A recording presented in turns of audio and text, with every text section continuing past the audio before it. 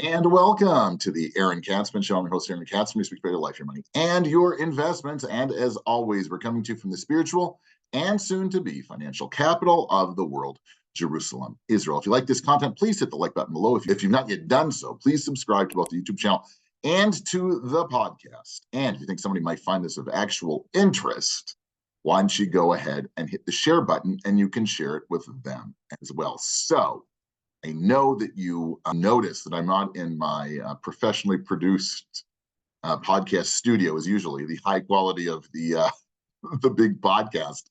You don't have those blinds behind me because I am recording in the middle of a war. Go Israel, go America, as we take out the terror state of Iran.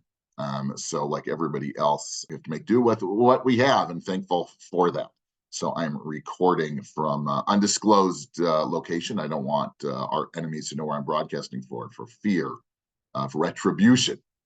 Anyway, I would like to speak about a really interesting article that I read by Rick Kaler. It's titled Fear-Based Frugality Can Harm Your Financial Well-Being. Fascinating article, and I'm going to comment on it. I want to read part of it, and I'm going to comment on it along the way. So he starts off, a classic and wise piece of advice from financial advisors is to live within your means. Obviously, have you ever heard me say that before? I've written, as he says, I've written often about the importance of frugality in building wealth and financial well-being. Yet there's a difference between frugality by choice and frugality from fear.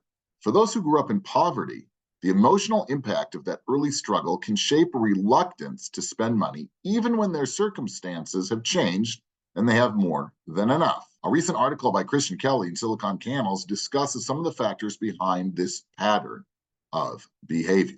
Research published in the Journal of Consumer Psychology shows that childhood scarcity can wire the brain to experience spending as danger. Even when the numbers say you're safe, the body may still brace for impact and a jolt of anxiety. This was the case for a physician who recently told me that she knows she and her husband have ample funds in their investment accounts.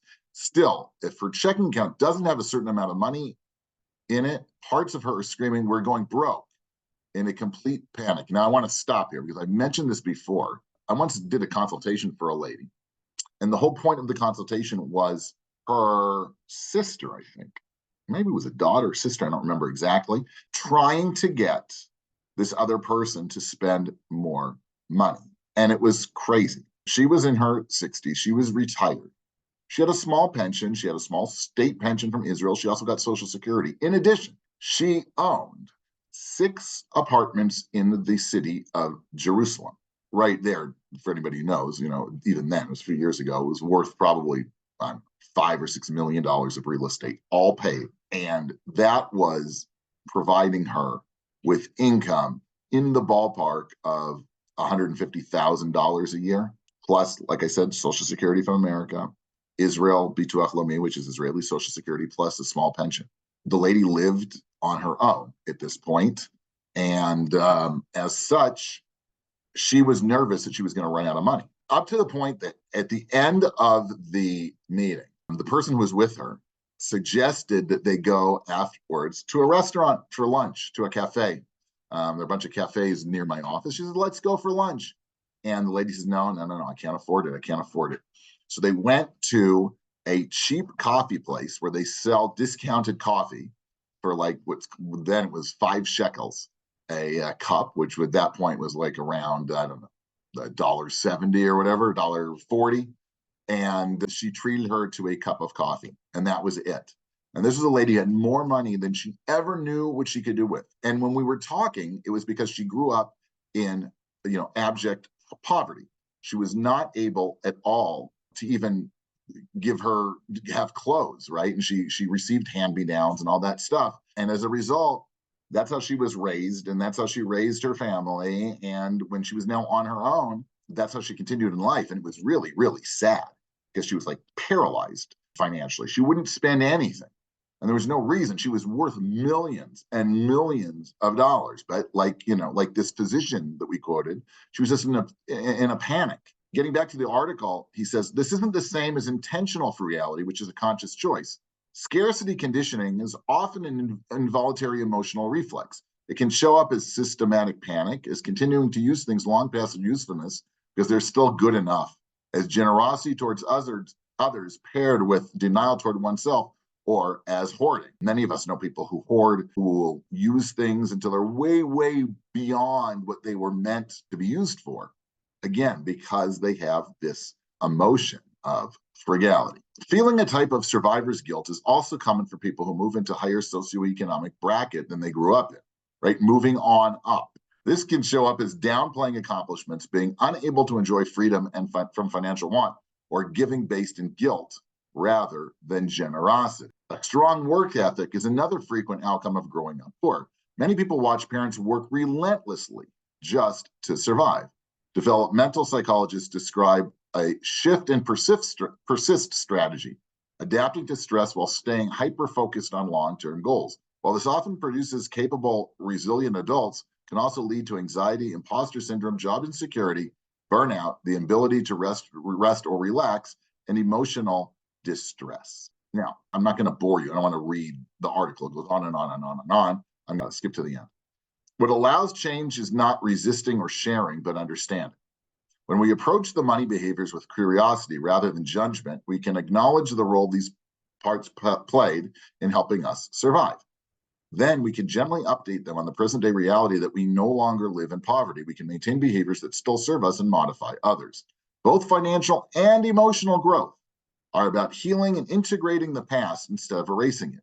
When our money decisions become self-led rather than fear-led, we can both gain greater financial flexibility and a deeper sense of internal safety. For many who grew up with scarcity, that sense of safety is the real measure of well-being. Now, the whole issue is just fascinating because it really requires ultimately a change in perspective, trying to get the person who's grown up and who's fearful and believes that they just don't have enough to actually spend. It's something I've been focusing on, right? For myself, people who've listened to me, people who read what I write, have noticed I've spoken more. I guess as I gotten older, I've gotten a little more perspective. A father, both my parents have passed.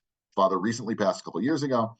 That obviously you have to take care of the future, and you have to save for the future. But that can't necessarily come at the expense of the present. It can't come at the expense of creating memories. Obviously, if you have no money, you shouldn't go on a ski vacation in the Alps, right? That just doesn't make sense. But if you do have funds, releasing a little bit, and like I spoke about a couple of weeks ago, the fact that spending during retirement sort of, goes up and then it goes down and then it sort of flatlines, no pun intended.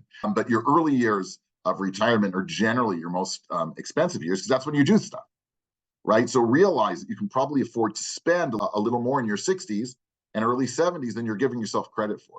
So it probably does pay to loosen up the purse strings a little bit. Again, if you have the money. If you don't have the money, this isn't for you. But if you do have some extra money and you have plenty of savings and you've got pensions and you've got, governmental pension plans as well, it probably behooves you to spend a little bit. Go out, don't say, oh my God, I can't, well, I'm not going to say get a cup of coffee. I think that's the biggest ripoff in the world, right? When you can make your own, when you're an employee, for example, and you have your own free coffee, even if it's not grade one, but you have your own free coffee in the office, to go out and then spend $5-7 on a cup of coffee, to me is insanity. But to each their own, right? But if it's, going for a meal, taking a long weekend with your spouse, or doing something with your kids, go for it, okay?